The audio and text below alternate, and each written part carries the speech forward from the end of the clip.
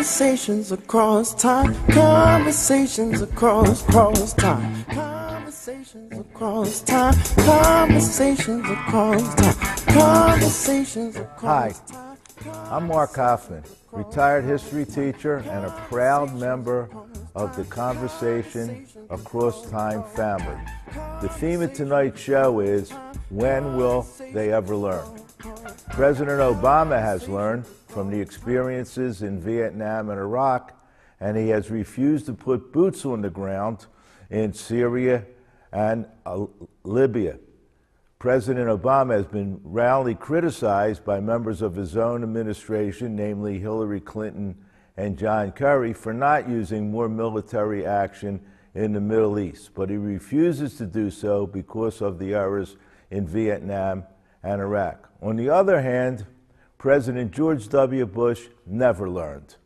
Through deceit, conning, and bamboozlement, he convinced the Congress and the American people that Saddam Hussein had weapons of mass destruction in Iraq. He got the Congress to give him absolute war power to invade Iraq, which ended in a costly and ridiculous war.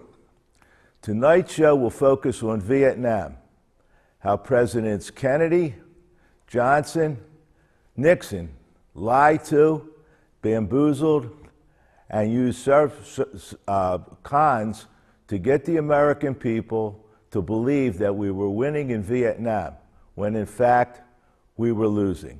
Good evening. Welcome once again to Conversations Across Time. As you may know, this is episode 2 in a series of 4 talking about when will we ever learn, and we're discussing the Vietnam War. So I'm going to introduce our panelists. Returning again, President Charles DeGaulle. Thank you for returning, President DeGaulle. Merci. And seated next to President DeGaulle is Niccolo Machiavelli. Thank you, Signor Machiavelli. And seated next to Signor Machiavelli is Secretary of Defense Robert McNamara. Welcome back. Thank you. Thank you. And of course, seated to my left, she's always here, so you know, this is my co-host, Babette Joseph. Babby, welcome. And I forgot to, I always forget to say, give you your props. Former Pennsylvania State Representative Babette Joseph. And I am Vivian Crawford. Welcome to Conversations Across Time.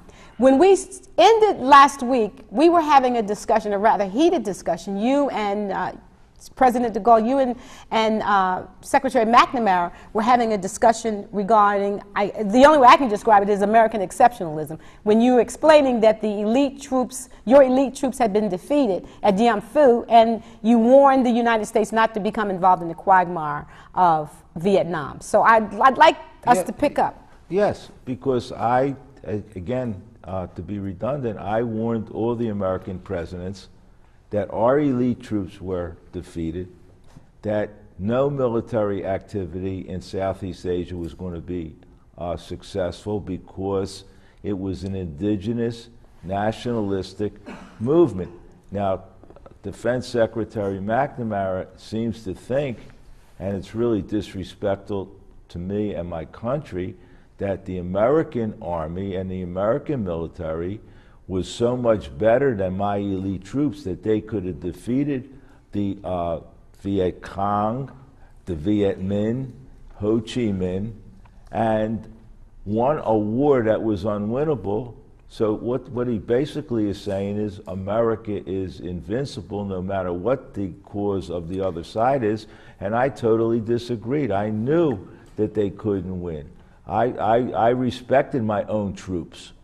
I can't believe that you feel that it's disrespectful Oh, it certainly for the is. United States to believe that they had a better war machine, a better military, more soldiers than France. And that under that circumstance, regardless of whether they were indigenous peoples or not, that America, the United States, would have a better chance than France would have. You have to understand, we had just come on, this is in when I entered this picture, it was 1961. It was less than 20 years after the Second World War, where America had to come to the rescue of the French, rescue of the English, rescue of every other country in the world, and defeat Nazism and defeat imperialism to the ends of the world. I mean, we went to Europe. What imperialism did we defeat? We were the instrument of imperialism. What imperialism? Japanese imperialism? What are you talking about? Oh, okay. The Japanese were in the process of taking all over Asia. Expanding, yes, They invaded the United States, and you're going to tell me that because your exceptional troops, and by the way, I'm sure they were fine, couldn't defeat 3 little countries in Southeast Asia, that under those circumstances we should have bowed to whatever you had to say, when none of the presidents ever really listened to what you had to say, notwithstanding the fact that you did a lot of good, and I'm not suggesting that for one reason. But you know, Secretary McNamara, it does sound somewhat condescending. You can say it's articulated the condescending problem because you are a Francophile. You guys were afraid of our country. You were afraid that we would become a power again. But in addition to that, you used World War I as a measuring stick that we wouldn't fight. And we fought very hard. In fact, I did anyway in World War II. And don't forget, you guys got into the war 2.5 years after my country and Great Britain was getting punched in the mouth and punched in the stomach for a long time.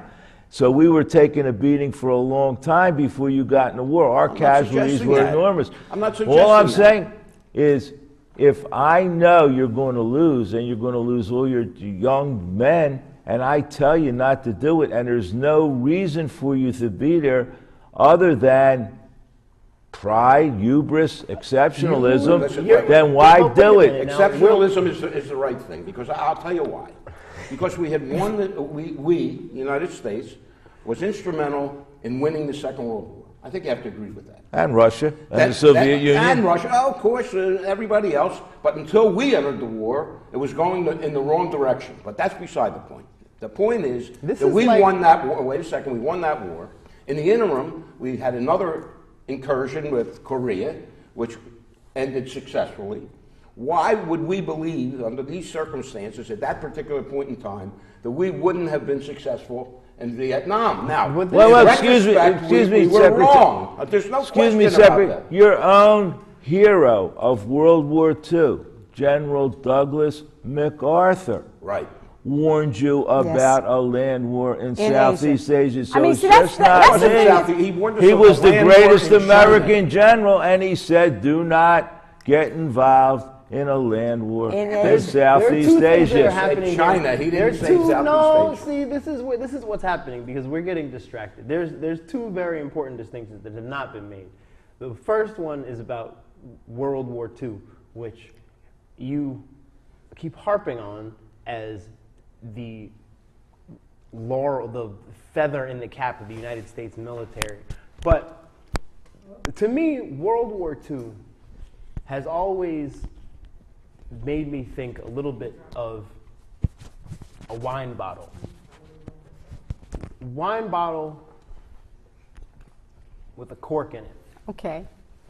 And you screw the corkscrew in because you want to pull the corkscrew up. You want to pull the cork out. And you pull and pull and it just won't seem to budge. And then you ask for help, and then someone else shows up, gives it a little tug, and out it comes. Now, that doesn't mean that the last person is the only person to contribute to the wine bottle getting opened, but nobody cares who gets the credit because everybody's going to get drunk. Listen, nobody said that. Everybody respects the fight that the Russians put up in their own country, by the way, with the onslaught of the Germans. They lost a generation. And the French and the British. But it wasn't until the United States took an active interest, and by the way, who was fighting the Japanese in the Pacific? Whose ships were there? Ours. Whose men were there? Ours. And at the same time, we're fighting a war in Europe successfully. With the help, notwithstanding, of the French and the British. But the point is that when these men came back and that war was over, everybody in this country, in the United States of America, felt that we were winners. We were the best. That was the attitude. Made a lot of songs about that.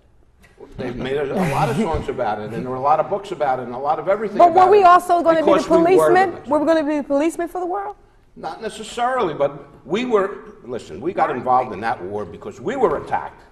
Right. We were attacked at Pearl Harbor. Right. Our ships were sunk in the Atlantic by the But Germans, now by the we come U-boats. back to We were motivation. attacked. Now we come back to motivation, which is Okay. very important. This when is you that was a discuss different warfare. war. We're not talking about exact. But wait, the but Second World War was not Vietnam. It was not Iraq. That is exactly it was the point. different.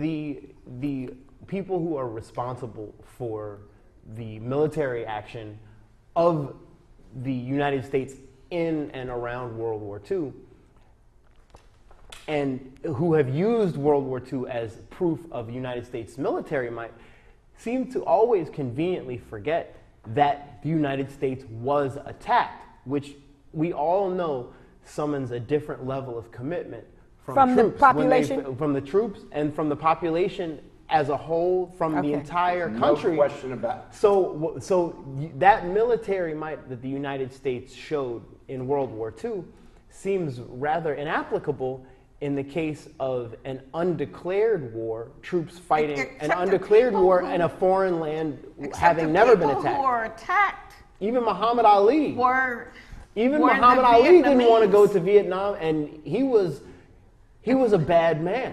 He was a very bad man. He No, shook up the Listen, world. I love Muhammad Ali. He was pretty. The people. I loved a lot of people. Listen to me. But Muhammad Ali was not the only protester of the war yes. in Vietnam. The people I who mean, a were lot of attacked a lot of people instead of protested us the war.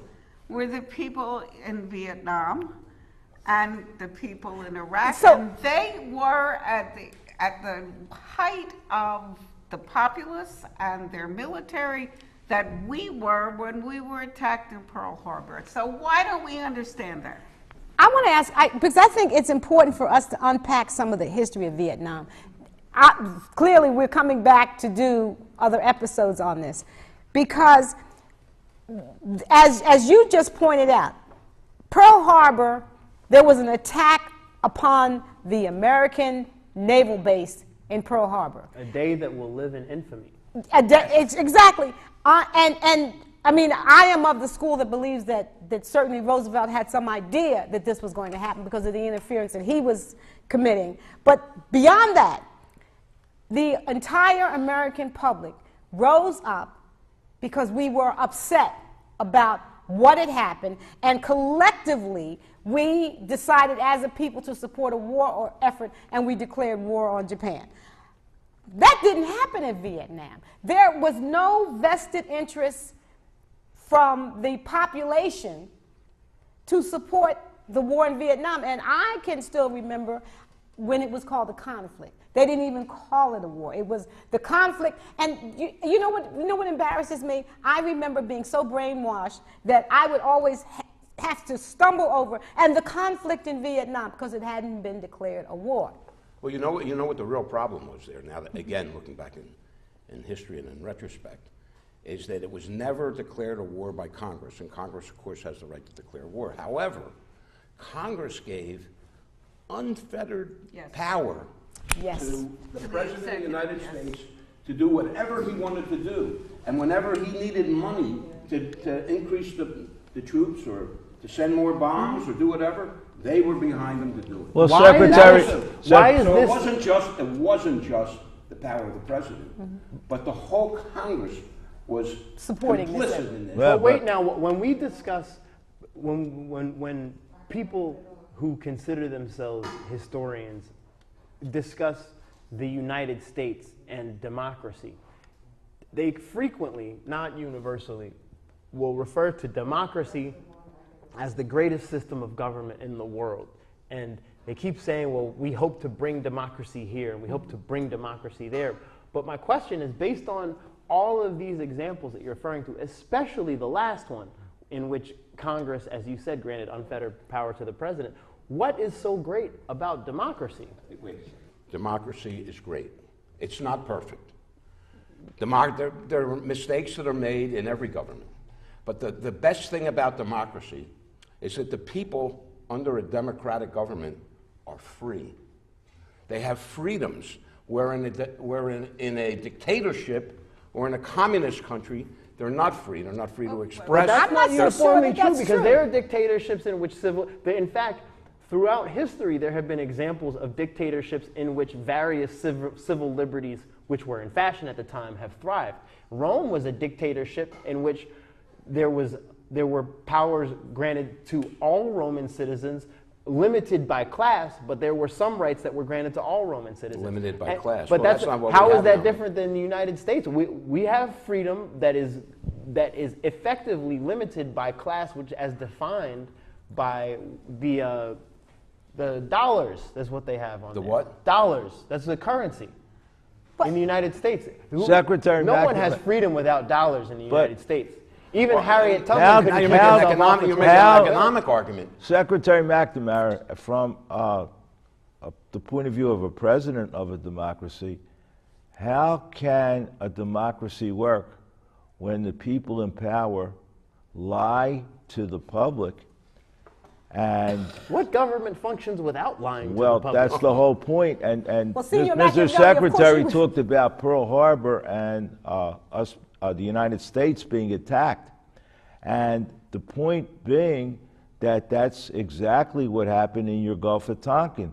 You knew that you could not escalate the war unless you can convince the American public that we were attacked. We weren't being, the United States wasn't being attacked. So you had to convince the American public that you guys were being attacked. So what you did is you fabricated attack on American naval vessels, and God Time out. knows historically, I didn't anybody, fabricate anything. well, my own I- country I knows that anybody responded that to a attack mess with report- the United States Navy has to pay. I in ter- responded to a report from my intelligence agencies that told me that the destroyers that we had in the Gulf were attacked. Now, But the Gulf of Now, Tonkin, later that it the turned Gulf out of- later that the that Gulf wasn't of correct. Tonkin resolution- That doesn't mean anything because That at the was the time- very thing that Johnson used to go to Congress to get the war powers, Well, to use all absolutely. that power. So that was a deceit. Well, you're suggesting That- that Johnson President- knew? but Yes, that I we am. knew at that time? I knew that it didn't happen.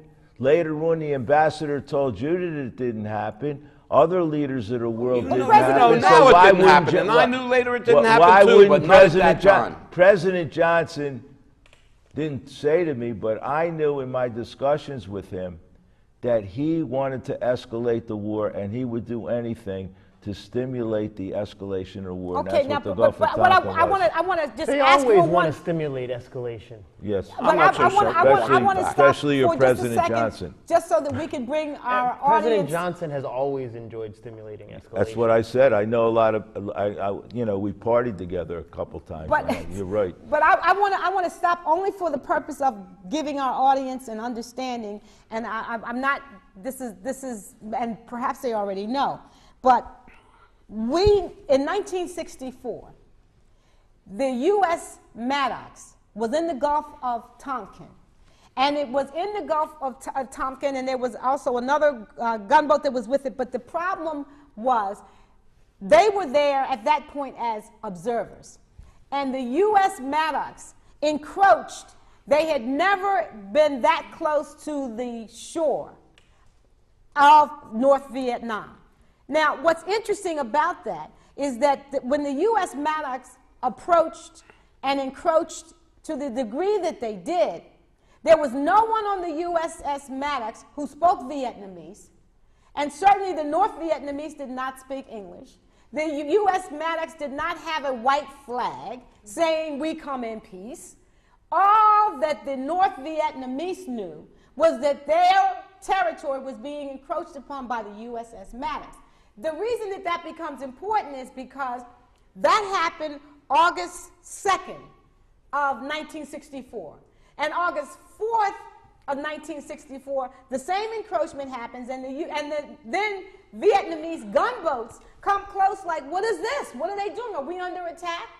And the U.S. Maddox then fires upon the gunboats. But what happens is it gets translated to the American public and to the Congress is that the North Vietnamese have fired upon a U.S. destroyer, and therefore that's justification for escalation. So now we're going to put a map up for the folk, but I wanted to give them just that little bit of explanation before we continue with this discussion. So, It's We keep talking about escalation and this conversation seems to be devolving into she hit me first. Ah. Okay. Well, that's war. That's what happens. That's why wars start. I mean, that's what it's about. I mean, you're gonna hit me. Well, I'm gonna hit you, and I'm gonna hit you harder than you hit me, and one of us is gonna win. Well, that's see, but war. see, this is exactly And that's why. what would happen if we Let's put this in a broader context. Okay. Let's take it from Vietnam and let's take it to Iraq, because it's very comparable. Yes. The situation in Iraq was that we, when I say we, I'm talking about the people in the United States, were basically sold a bill of goods. We were sold a bill of goods that Iraq and Saddam Hussein personally were terrible, terrible, terrible country, terrible people. They had weapons of mass destruction. Well, Saddam Hussein may have been a terrorist. And somehow that was a threat to our security. And it was for that reason that we were going to war. And peripherally, that they may have had something to do with this 9/11 deal. You know what this sounds like? This sounds there like was a commission from the United Nations, which I remember, which was in Iraq and said, we don't see a damn thing. you know what this There are sounds. a lot of Hang on people- a second. You By know the what way, this sounds Saddam like? Hussein stood up on a tank and said, "You can come and check in my palaces if you want. And you can And look the for it." United And they Nations- didn't. They didn't look. The United Nations said But- they looked and they And didn't here's what find happened. anything. But what happened was, and I think what So really it's sold. not like the Gulf of Tonkin. There were Well, different I'm going to take it one intelligences step coming. further, and you'll see what I'm talking about. The people in the United States, I think, were skeptical. A lot of people were skeptical of the Bush regime and Yeah, Cheney. I'd I mean, there was say. a lot of conflict at the time. But when Powell stepped forward Yes. Yes. and testified before the United Nations with all of the photos and the maps and everything else and movable places where And the integrity poison that we gas- attach to Colin Powell. and Yes. Colin Powell was well respected by Republicans, by Democrats. When Powell spoke, and I'm sure he thought he was doing the right thing at the time, just like I did when I said what Okay. I had to say and went into the war in Vietnam. When he did that, it lent credence to this Well, wait a argument. But see, and- this sounds exactly well, like this. it is exactly like it, because what happened after that was that the Senate and the House of Representatives, the Senate especially, voted almost unanimously, by the way, Yeah. to support this war, not war, but whatever they wanted to call it, in Iraq, just like the legislature had done it before. right. They supported it So without it's declaring. very, very But similar. we The had thing that better makes it so intelligence. terrible is that they should have looked back some 37 or 38 years prior But and let's do call- this analysis like they did, like we're doing right now, and maybe some person who was smarter than everybody else in that room would have stood up and said, "Listen, There was this a is what we commission did the Well, before." two United things. Nations Number one- was already telling us. Number one, nobody listens to canaries. Number two, Well, it's time we learned. perhaps, but number two, this sounds. Let's back away from war for a moment, Okay. because the principles that you're talking about and that you're talking about, they sound very similar to something that has happened recently in the United States that has involved state legislatures. We're going to come back down from international policy to domestic policy. These state legislatures keep creating new laws regarding transsexual people's access, trans people, transgender, various trans identities, access to bathroom facilities. Now, it has been stated that the reason for these restrictions is protection for Little the girls. American woman Little girls. Little girls. and little girls. But just as we're talking about in these escalations of war, there's no evidence to demonstrate that trans people are causing any danger to anyone. Yet it's accepted without argument. You're absolutely right, by the way, and it is a good comparison, because they're able to sell a bill of goods that's not true for their own purpose, whatever it is, religious reasons, which is probably what it has to do with more than anything else, because we know that being gay is a sin in a lot of religion, Catholic religion, whatever. For moral reasons, their moral reasons, whatever it is in those communities in the South. But they can't come out and say that we're doing it because it's religious reasons, because of the Constitution would prevent something like that. So they draw something that they know people would really be born about, like men going into bathrooms with little girls, when that's really not the case at all, and there's no evidence that anything like that ever happened.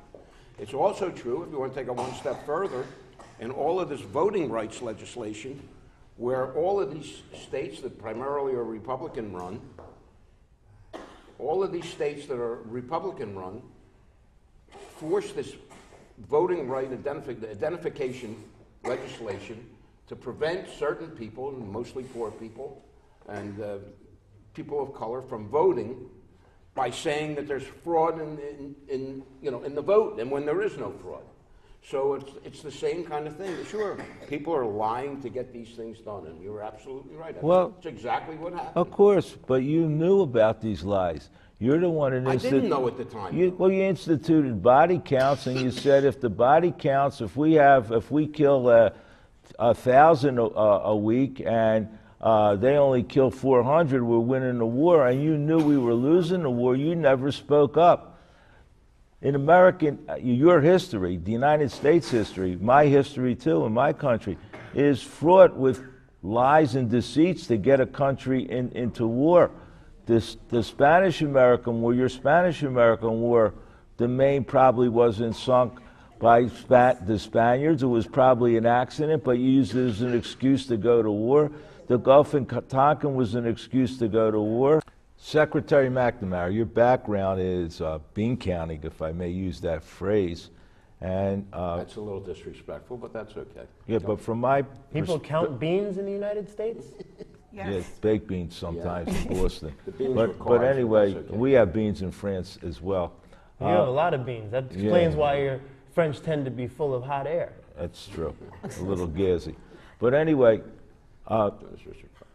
you changed, and I as a military man myself, and having been schooled in the military, you changed the metrics of the Vietnamese War by body counts. You said we would win the war if we would kill more of the enemy than we lost, and that was your metric. You said if the United States kills 1,000 Viet Cong and only loses 200, we'll eventually win the war. Now, well, at the time, that made sense to me. As a general, it made no sense to me ever. And how do you justify that? Well, I could justify it because the generals went along with it too, the generals that we had in the field. Listen, it's a very simple proposition. If there's only a certain body of men that we're fighting against, and we have more men, and we can kill more men, then we're going to wind up winning the war. That's what I thought at the time. But now, you didn't have more men, because my experience and my country's experience in Vietnam is for every 1,000 you killed, there were 2,000 that became 18-year-olds the next day, and so it doubled the amount. You couldn't possibly win. That's what happened. And why didn't your military intelligence, like my military intelligence, know that? Well, I was going on my military intelligence, and that was the theory that we were using at that time. I didn't know until later, until '66, that when I went and visited Vietnam, that the strategy really wasn't working. And with that, on that note, I told you we have to come back. With that question dangling, we actually have to close this episode. And I'm going to invite the panel back so that we can take up the discussion, because we haven't even gotten to Ho Chi Minh Trail, we haven't gotten to Dow Chemicals and Agent Orange and all of these things. Gotten to Iraq. And we haven't gotten to Iraq. So I would ask, on behalf of General DeGaulle, Senor Machiavelli, Secretary McNamara, Babette, and myself, and I know you always come back, Babette. I would ask that we pick up this conversation across time again, and I'd ask you to return so that we can address all of these issues. Vietnam is an open war that it's still festering, and the question is, as we started out, when will we ever learn? We still have much to discuss. Thank you. This has been Conversations Across Time. I'm Vivian Crawford.